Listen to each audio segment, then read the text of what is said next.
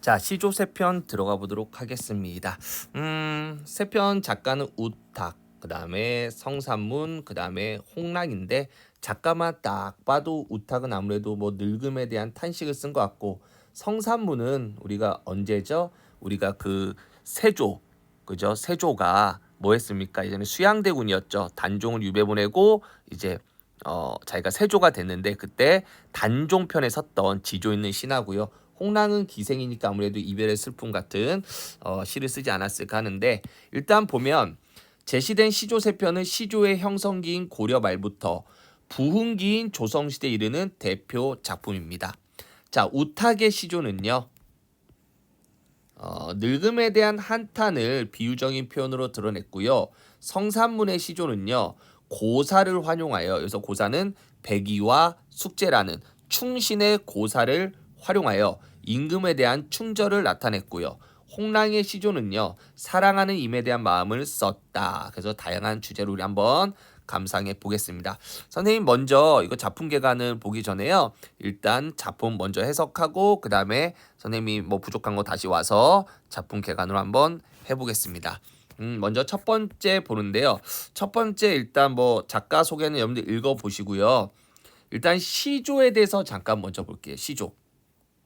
시조라는 형식에 대해서 잠깐 정리하면 시조는 고려 말부터 조선 그 다음에 현대까지도 쓰고 있습니다. 그래서 현대 쓰고 있는 시조를 현대 시조라고 하는데 기본적으로 3장 6구 45자 내외에서 보통 이제 끝납니다. 그 다음에 우리가 3장은요. 여러분들 3장은요. 첫 번째 줄을 초장이라고 합니다. 초장.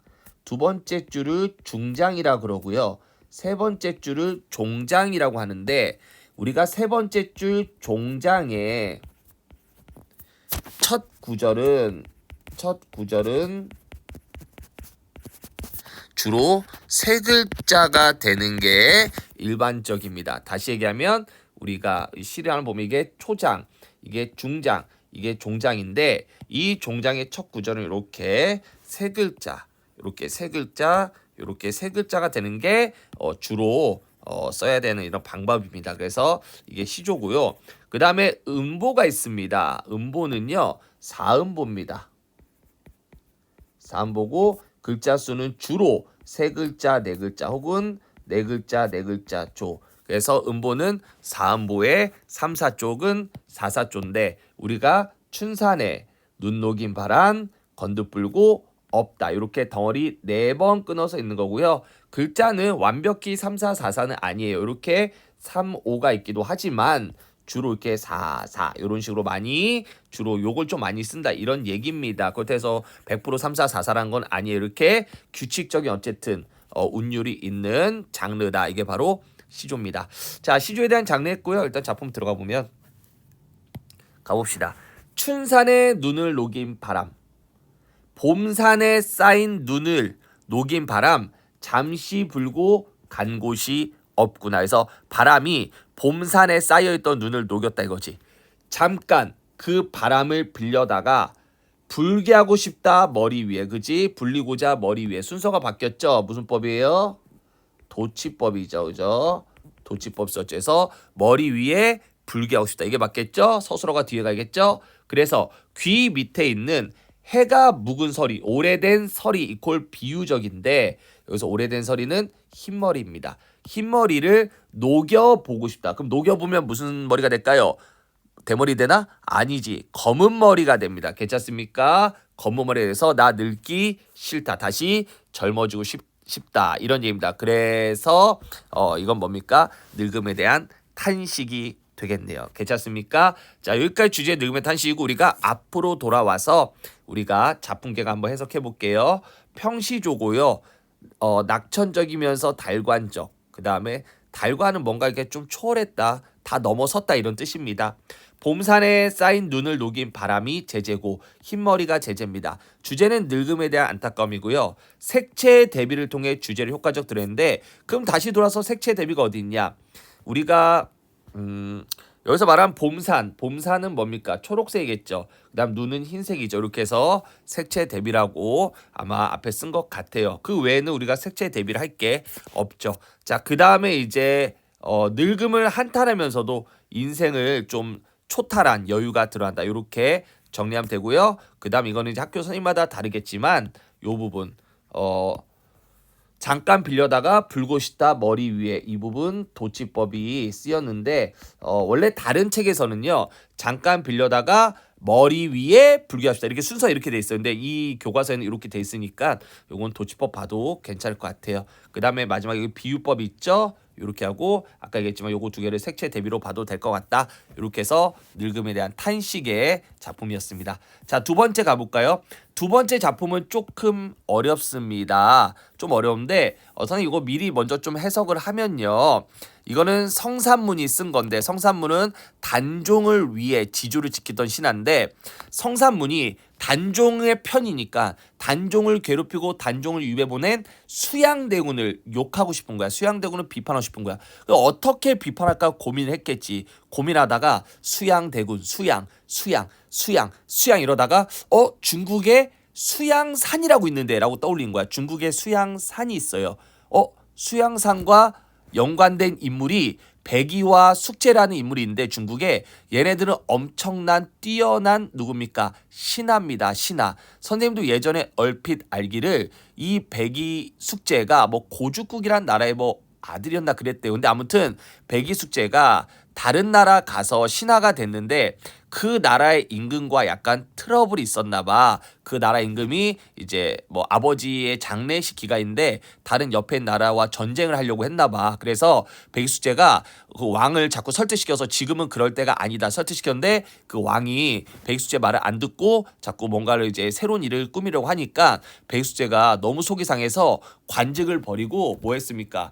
관직을 버리고 그 나라에 있는 수양산에 들어가면서 살았대요. 그 나라에 있는 수양산에 들어가면서 살면서 이런 얘기했대요. 나는 앞으로 절대 이 나라에서 주는 어떤 것도 뭐 하지 않겠다? 받지 않겠다라고 얘기를 했대요. 앞으로 이 나라에서 주는 어떤 것도 받지 않겠다. 그러면서 수양산에 들어가서 고사리 캐먹고 살다 죽었대요. 이해됩니까?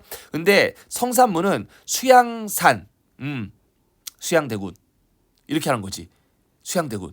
그러면서 백이숙제는 원래 역사를 얘기하면 되게 지조 있는 충신이거든. 자기 어떤 옳다 생각하는 걸 절대 굽히지 않는 충신인데 오히려 백이숙제를 비판적으로 보는 거야. 왜? 수양산에 들어가서 고사리 캐먹고 살았잖아.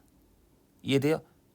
수양산은 수양대군이잖아. 그러니까 수양대군한테 가서 고사리 즉 벼슬을 받고 산 신하들이라고 오히려 반대로 해석해서 백이숙제를 지금부터 욕합니다. 원래 역사적으로 백이숙제는 충신이라고 얘기했습니다. 한번 우리가 해석해 볼게요. 수양산을 바라보며 자 잘라볼까요? 여기서 수양산 해석이 두 개 됩니다. 첫 번째는요. 중국의 수양산이고요. 두 번째는 수양대군입니다. 수양산과 수양대군을 바라보며 이제를 욕한다. 이제는 백이와 아까 얘기했던 숙제라는 신하입니다. 얘는 형제예요. 형제이자 신하를 욕한답니다. 그럼 백이숙제는요. 선생님은 세모 칠게요. 얘네는 어디가 살았다고요? 수양산. 근데 다시 하면 수양대군한테 가서 산 애들이니까 얘네는 누구를 버린 신하예요? 결국은 단종을 버린 지조가 없는 신하들이 됩니다. 그래서 백이숙제를 욕한다.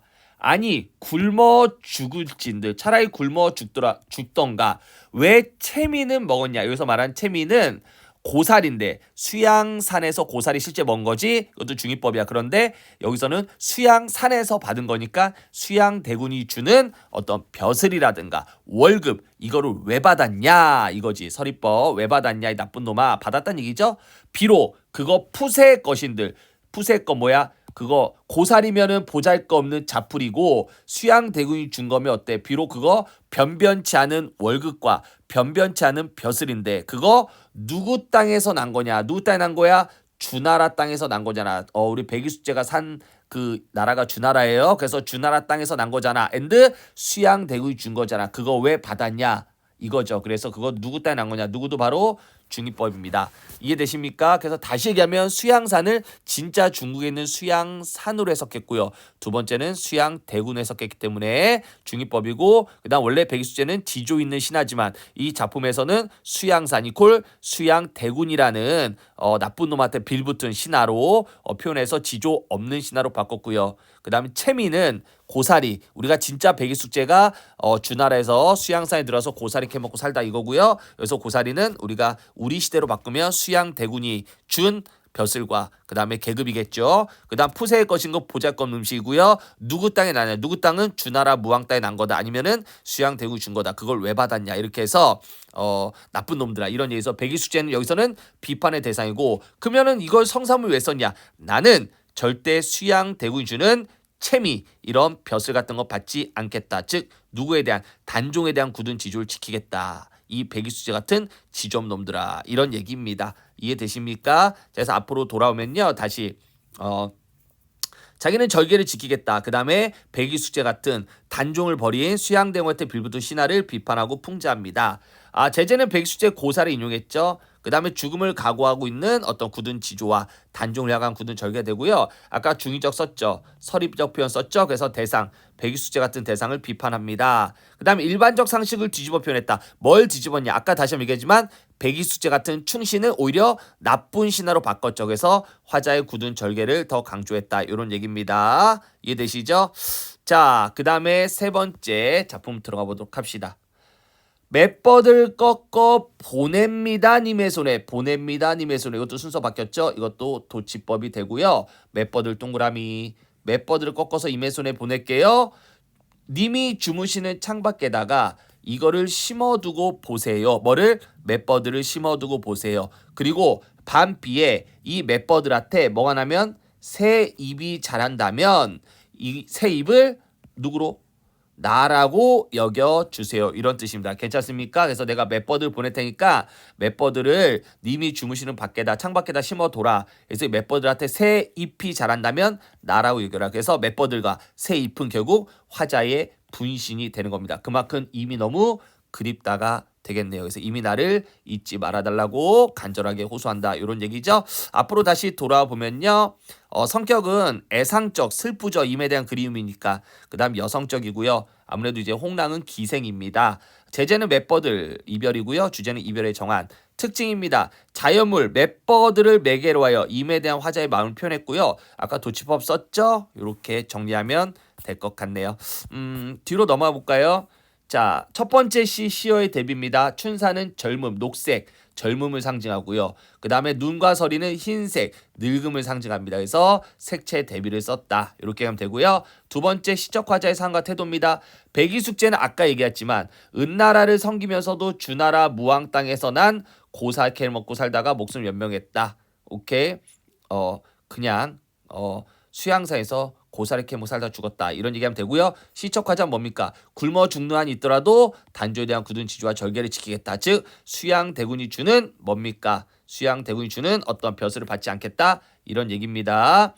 자, 그 다음에 시척화자의 굳은 절개를 강조하고요. 그 다음에 3번은 뭡니까? 맷버드가 새 입은 이별의 정표도 되지만 시척화자의 분신, 임에게 시척화자의 마음을 전하는 매개체가 된다. 이렇게 얘기하면 됩니다. 되셨습니까? 자, 문학활동 가겠습니다. 시조일의 시적화자 처한 상황입니다. 뭡니까? 자신의 흰머리도 눈처럼 사라지길 바란다. 늙음에 대한 탄식하고 있고요. 시조 2에 대한 정보입니다. 작품 고사를 사용할 의도입니다. 먼저 백이숙제 고사인데요. 백이숙제는 은나라 주왕을 몰아낸 주나라 무왕을 비판했고 고사리를 캐먹고 살다 결국 죽었다. 절개를 대표하는 긍정적 인물인데 일단 작가는요. 단종 보기에 힘쓰다가 죽음을 맞이한 사육신 중에 한 명입니다. 우리 사육신이란 말 들어봤죠? 그래서 작가는 절개를 대표하는 인물인 백이숙제보다 더 엄격하게 절개를 지키겠다는 자신의 의지를 표현하기 위해서 고사를 차용했다. 이거고요. 이것도 맞는데 우리가 표현을 약간 중의법을 통해서 수양산 자체를 수양대군이라고 바꾼 거에서 그렇게 바꾼 거에서 백이숙제에 대한 이미지가 반대로 돼버린 거죠. 원래 백이숙제는 수양산에 들어가 자기의 지조를 지키며 살았는데 그 수양산을 수양대군으로 바꾸니까 수양대군한테 가서 산 신하가 돼버린 거죠. 그래서 수양산만 아니라 수양대군으로 바꿨기 때문에 백이숙제에 대한 이미지가 확 반대로 바뀌었다. 이게 좀 더 맞는 것 같아요. 그 다음 3번 시적화자의 심정을 전달 매개체는 맵버들이고요. 자, 새 작품의 형상 곧도 작가선 얘기했지만 3장 6구다, 4음보다. 그 다음에 종장의 첫 음보가 둘째 음보다 짧다. 그냥 세 글자다. 이렇게 정리하면 됩니다. 자, 그 다음 아래 거 보면요. 시조에 대한 설명입니다. 문학사적 의의를 볼까요? 고려 후기에 발생한 시조는 양반들의 정신세계를 표현한 데 가장 알맞는 문학 양식이 되었대요. 그 이유는 간결하면서도 안정적이고 정확한 형식을 갖추죠. 하지만 양반의 남성만, 즉 양반 중에서 남자만 시조를 향유한 것은 아니었대요. 다양한 계층의 작가들이 저마다의 생각과 감정을 표현했대요. 그래서 우리 다작품의 홍랑은 기생이죠. 또 이제 평시조, 원래 여러분들 보면 알겠지만 이렇게 세 줄짜리가 평시조거든. 딱 하나 있는 거 평범한 시조란 뜻인데 이거 갖고는 우리의 마음을 다 다룰 수 없으니까 이걸 우리가 1년이라고 해버리고요. 그 다음에 그 아래 또 뭡니까? 이렇게 또 시조 이렇게 해서 2연, 그 다음에 또 시조 3연, 그래서 연시조도 만들었고요. 그 다음에 사설시조는요.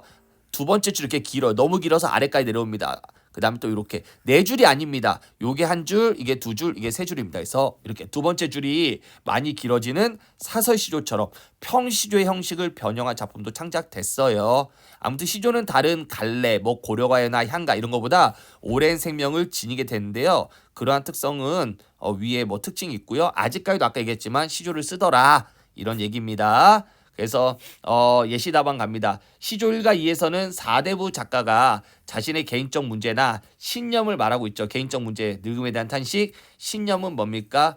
자기 지조시키겠다. 그죠? 그다음 3은 기생인 작가가 임에 대한 사랑을 늘어가고 있죠.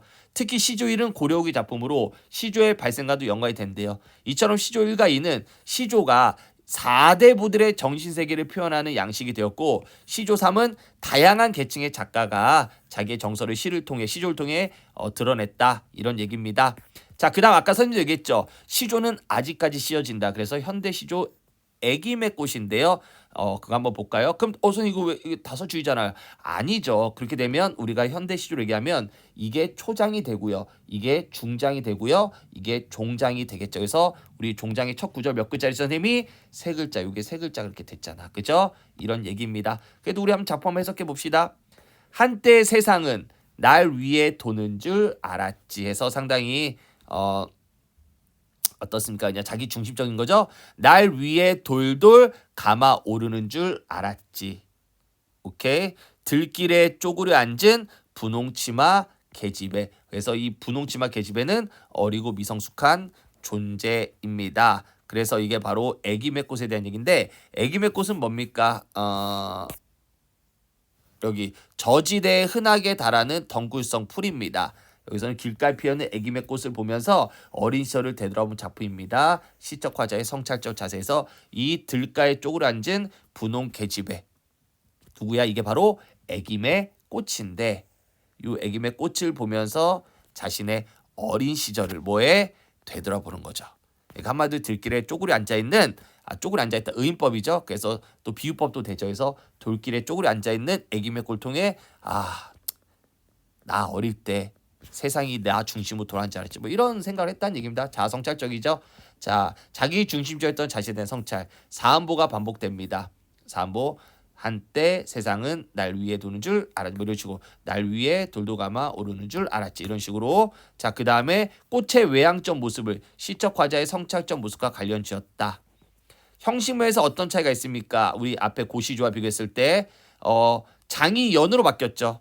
평시제의 기본 구조인 3장 6군 유지했지만 1년과 3년은 2행으로 2년은 1행으로 제시했죠. 무슨 말인지 이해돼요? 장은 유지했죠. 3장 6구 다시 한번 얘기했지만 1장, 2장, 3장 1구, 2구 돌도 감아 오른 줄 알았지. 3구, 4구 그 다음에 뭐 돌길에 쪼그려 앉아. 이렇게 해도 되고요. 5구 6구에 되고요. 아니면 이렇게 5구 6구에 되고 아무튼 6구로 구성됐고요. 그 다음에 1년과 3년은 두 줄, 그 다음에 2년은 한 줄로 변형도 이뤘다. 이런 얘기입니다. 그래서 요거는 애기매꽃, 바닥에 핀 애기매를 통해 자기 어떤 과거의 자기 중심적인 삶에 대한 반성을 하고 있는 평시조였습니다. 자, 여기까지가 시조 3편이었습니다. 수고 많으셨어요.